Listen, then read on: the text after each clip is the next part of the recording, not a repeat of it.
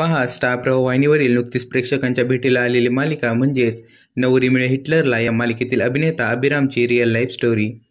तर अभिरामचे खरे नाव राकेश बापट, टोपण नाव आदित्य आणि अभिराम। जन्मतारीख 1 सप्टेंबर 1978, वय 46 वर्ष 2024 नुसार। तर अभिरामचा जन्म मुंबई महाराष्ट्र येथे झाला।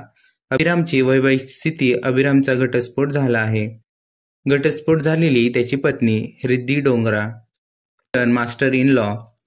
अभिरामचे इंस्टाग्रामवरती 1.2 मिलियन फॉलोअर्स आहे। अभिरामची रिअल लाईफ आई। अभिरामची सर्वात पहिली मालिका मर्यादा 2011। त्याला मानधन 17,000 प्रति एपिसोड अंदाजे इतकं त्याला मानधन दिलं जातं।